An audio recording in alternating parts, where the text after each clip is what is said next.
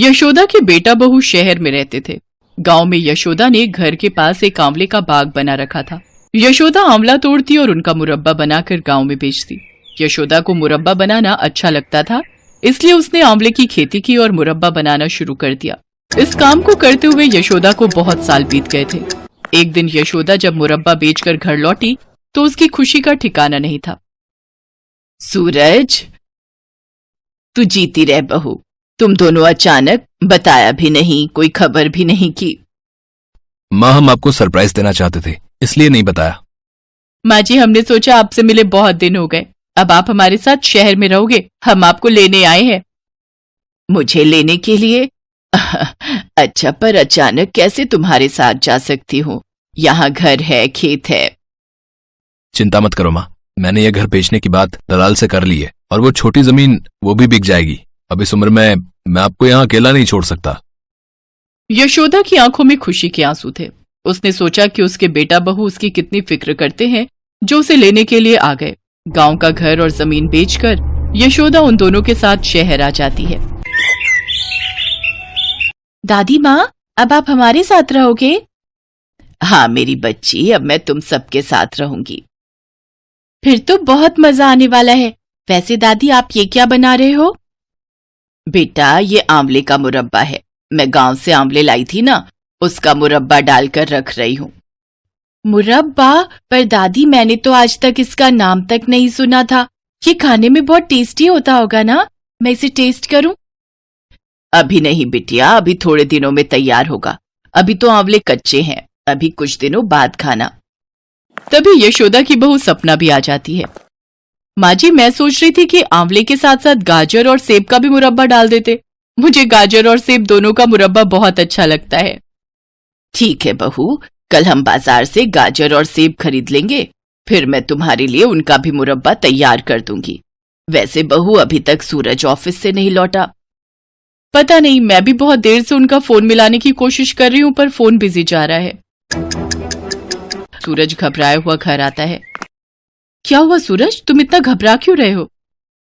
क्या करूं सपना, हमारी कंपनी का मालिक फ्रॉड निकला। उसने बहुत सारा पैसा खाया हुआ था। पुलिस पकड़ कर ले गई है। हम सबसे भी पूछताछ की, अभी अभी सबकी गवाही लेकर हमें छोड़ा गया है, पर फैक्ट्री को सील कर दिया गया है। कुछ समझ नहीं आ रहा कि कैसे क्या होगा। एकदम से कोई नौकरी भी नहीं देगा। परेशान मत हो बेटा, सब ठीक हो जाएगा। पता नहीं कैसे लोग हैं, गलत काम करने का लोगों का मन कैसे हो जाता है। मुझे तो नौकरी भी नहीं मिलेगी आसानी से। क्या करूंगा इतनी जल्दी? नौकरी मिलना बहुत मुश्किल है। सूरज की नौकरी छूट गई और वो घर पर रहने लगा। उसे दूसरी नौकरी मिल नहीं रही थी, इसलिए वो परेशान हो गया। एक दिन यशोदा केशवी के साथ बाजार जा रही थी। वो एक दुकान पर रुकी और वहां से राशन का कुछ सामान खरीदने लगी। बेटा, आधा किलो चावल और 1 पाव मूंग की दाल डाल दे। दादी देखो, आपके जैसा मुरब्बा जैसा आपने डाला हुआ है, इन भैया की दुकान पर भी है। अच्छा, तो दादी जी आप भी मुरब्बे का काम करते हो? नहीं बेटा, मैं तो घर के लिए ही बनाती हूँ। वो मैं गांव में रहती थी ना, वहाँ मेरा आंवले का खेत था। वहीं से आंवले तोड़कर मुरब्बा बनाती थी और गांव में बेचती थी। फिर अब बेटा बहू यहाँ ले आए हैं तो उनके साथ ही रहती हूँ। वो कुछ दिन पहले जो गांव से आंवले लाई थी, उसका मुरब्बा डाल दिया था। वही मेरी पोती कह रही है कि वो ऐसा ही है। अच्छा, चलते हैं भैया, राम राम। यशोदा सामान लेकर थोड़ा आगे बढ़ी, पर अचानक कुछ सोचकर वो वापस दुकानदार के पास गई। बेटा, आप किसी ऐसे दुकानदार को जानते हो जो मुरब्बा बेचता हो? आपको बेचना है दादी जी? हाँ बेटा, बस ऐसा ही समझ लो। एक काम करो दादी जी, आप मेरी दुकान से ही शुरुआत करो। मेरी दुकान पर बहुत ग्राहक आते हैं। अगर मुरब्बा अच्छा लगा तो मैं भी आपसे खरीद लूंगा। और एक अचार मुरब्बा वाला है, मेरी जान पहचान है, मैं उससे भी बात कर लेता हूँ। अगर हुआ तो मैं बात कर लूंगा। पहले आप मुझे मुरब्बा दिखा दो कैसा है। ठीक है बेटा, मैं कल ही लेकर आती हूँ। अगले दिन यशोदा थोड़ा मुरब्बा दुकानदार के पास लेकर गई। दुकानदार ने मुरब्बा खाकर देखा, उसे बहुत ही स्वादिष्ट लगा। उसने सौदा पक्का कर लिया। दादी जी, मुरब्बा बहुत ही बढ़िया बना हुआ है और है भी घर का साफ सुथरा, तो लोग बहुत विश्वास पर खरीदेंगे। आप एक काम करो, मेरे लिए अभी 5 किलो मुरब्बा बना दो। थोड़ा और बिक जाएगा तो और बोल दूंगा। बाकी मैंने बात कर ली है जिसके बारे में मैं बता रहा था, अचार मुरब्बे वाला, उसको भी मैं ये दिखा देता हूँ। जीते रहो बेटा, खुश रहो। आजकल के जमाने में कोई किसी की इतनी फिक्र कहाँ करता है जितनी तुम कर रहे हो। दादी जी दुनिया से चले जाएंगे तो क्या रह जाएगा? कर्म अच्छा कर जाएं, किसी के काम आ जाएं, बस जीवन सफल हो जाएगा। यशोदा मुरब्बा बनाना शुरू करती है। यशोदा के हाथों के बने मुरब्बे की अच्छी बिक्री होने लगती है। दादी जी, दादी का मुरब्बा कैसा रहेगा नाम? केशवी बेटिया, जो तुझे अच्छा लगे वही रख दे। वैसे क्या ये मेरा मुरब्बा पूरे फोन पर नजर आएगा? हाँ दादी, अब आपको ऑनलाइन ऑर्डर भी मिलने लगेंगे, फिर आप अपना मुरब्बे का बिजनेस स्टार्ट कर सकते हो। ये तो मैंने कभी सोचा ही नहीं था बिटिया कि आजकल फोन पर भी काम हो जाते हैं। सूरज, अब तुझे कहीं नौकरी करने की जरूरत नहीं है। अब तू मेरे इस काम को पूरी तरह से संभाल ले बेटा। माँ सचमुच तुमने तो कमाल कर दिया। चिंता मत करो, मैं सब संभाल लूंगा। और फिर हमारी केशवी भी तो सयानी हो गई है, आधे से ज्यादा बिजनेस तो ये चला रही है। पापा, आखिर पोती किसकी हूँ? अपनी प्यारी सी दादी की ना? थैंक यू माँ जी, आपने इस घर को संभाल लिया। नहीं तो मैं और सूरज तो बहुत परेशान थे कि नौकरी जाने के बाद क्या होगा। बहू, ये सब जो मैं कर रही हूँ वो तुम्हारे सबके लिए ही तो है मेरे बच्चों। जीते रहो, सब खुश रहो। दादी देखो, आपको ऑनलाइन ऑर्डर्स मिलने भी शुरू हो गए। ये अब तो बल्ले बल्ले है। केशवी की बात सुनकर सब खुश हो जाते हैं। कहते हैं जब एक रास्ता बंद हो जाता है तो ईश्वर दूसरा रास्ता अपने आप खोल देते हैं। यशोदा के साथ साथ अब पूरा परिवार इस काम में उसकी मदद करने लगा। धीरे धीरे दादी का मुरब्बा सभी जगह फेमस हो गया।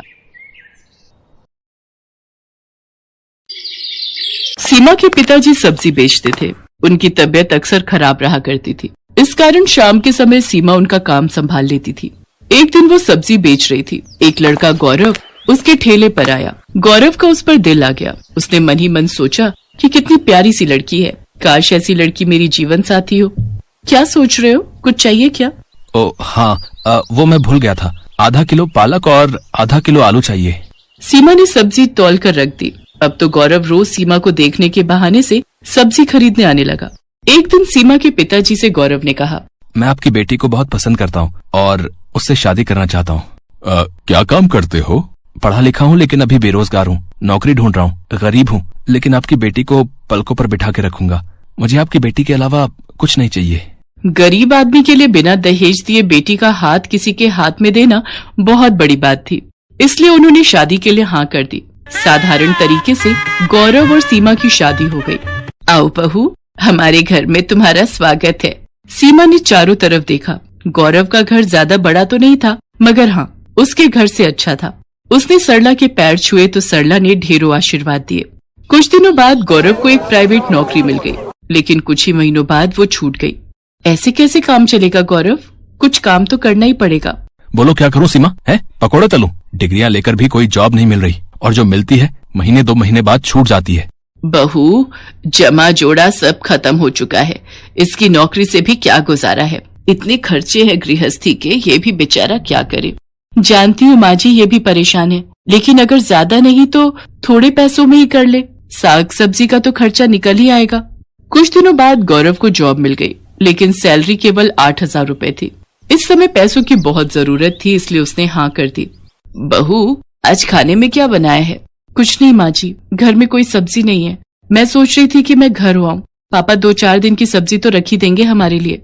नहीं बहू, ऐसे अच्छा नहीं लगता। वैसे भी क्या कहेंगे कि खर्चा खत्म हो जाता है तो बेटी को हमारे यहाँ भेज देते हैं साग सब्जी लेने। ठीक है तो माँ जी, रोटी बना दी है।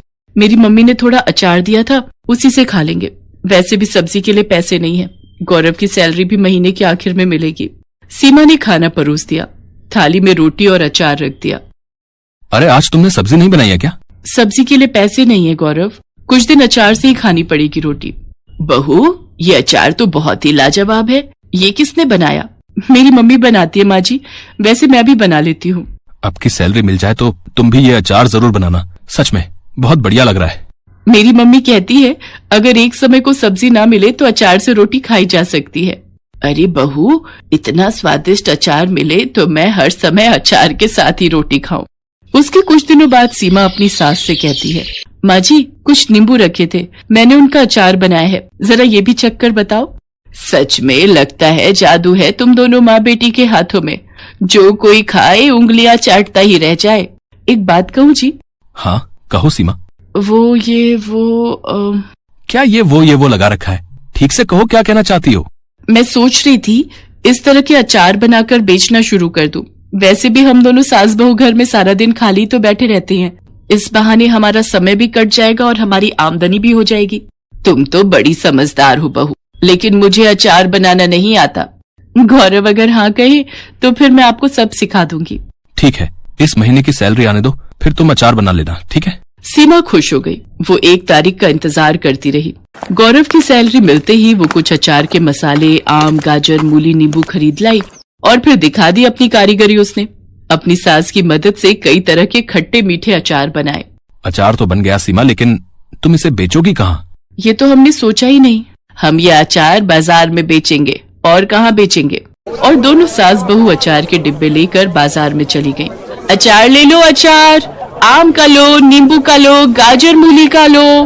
तभी एक औरत उनके पास आती है और कहती है, बहन जी कैसे दिया ये अचार?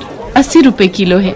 ये तो बहुत सस्ता है। 30 रुपए किलो तो आम ही हो रहे। इसकी तो खुशबू से ही मुंह में पानी आ रहा है। पता नहीं खाने में कैसा होगा। पहले चख कर देखिए फिर खरीदिए। वाह वाह, मजा आ गया। जैसी खुशबू वैसा अचार। लाओ 1 किलो दे दो। हमारी बहू प्रेग्नेंट है, खाएगी तो उसका मन अच्छा हो जाएगा। उस दिन उनका सारा अचार बिक गया। सास बहू दोनों के चेहरे खुशी से खिल गए। वैसे ज्यादा फायदा नहीं हुआ था क्योंकि अचार उन्होंने सस्ते में बेचा था, लेकिन एक उम्मीद की किरण नजर आई कि उनका काम चल निकलेगा। अगले दिन सीमा सरला से कहती है, माँ जी आप सब्जियां काटिए, तब तक मैं मसाला बनाती हूँ। बहू आज कुछ ज्यादा अचार बनाएंगे। और वो हर हफ्ते अचार बनाकर बेचने लगी और अब अचार ज्यादा बिकने लगा। सीमा ने सरला से कहा, माँ जी मेरे मन में एक विचार आ रहा है। बाजार और दुकान पर हमारे ग्राहक बढ़ते जा रहे हैं, लेकिन हमारी कोई पहचान नहीं है। क्यों ना हम अपने अचार को कोई एक पहचान दे? वो कैसे?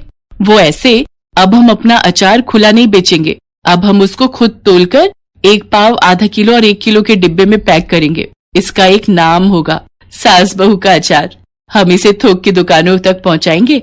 देखना अगर ऐसा होगा तो हम सास बहू छा जाएंगी। लगता है मुझे भी नौकरी छोड़कर सास बहू की अचार फैक्ट्री में काम करना पड़ेगा। ये विचार भी बुरा नहीं है। पहले दुकान उसके बाद फैक्ट्री। वाह, हम लोग बहुत अमीर हो जाएंगे, है ना माँ जी? चलो चलो सपने देखना छोड़ो और अब काम पर लग जाओ, तभी सपना सच होगा। सुना है तुम दोनों बहुत अच्छा अचार बनाती हो, क्या हमें भी सिखा दोगी? हाँ सरिता, बिल्कुल सिखा देंगे। हमने अपनी दुकान खोली है जिसका नाम रखा है सास बहू का अचार। तुम अपने साथ और लड़कियां और बहुओं को भी ले आना। इसी बहाने वो भी अचार बनाना सीख लेंगी और हमारे यहाँ पैकिंग का काम कर लेंगी। इसके बदले हम उन्हें पैसे देंगे। अच्छा, फिर तो मैं कल ही 8-10 लड़कियों का इंतजाम करती हूँ। अगर मेहनत सच्ची हो तो दिन बदलने में समय नहीं लगता। सास बहू अचार की दुकान एक छोटी सी फैक्ट्री में बदल गई। गौरव ने अपनी जॉब छोड़ दी। अब वो अपनी गाड़ी से मार्केट में अचार सप्लाई करने लगा। माँ मैं तो हिम्मत हार गया था, लेकिन तुम और सीमा अचार के बिजनेस को इतनी ऊंचाइयों पर ले जाओगी, मैंने तो कभी सोचा भी नहीं था। बेटा ये सब सीमा की मेहनत का नतीजा है। नहीं जी नहीं, ये सास बहू की मेहनत का नतीजा है।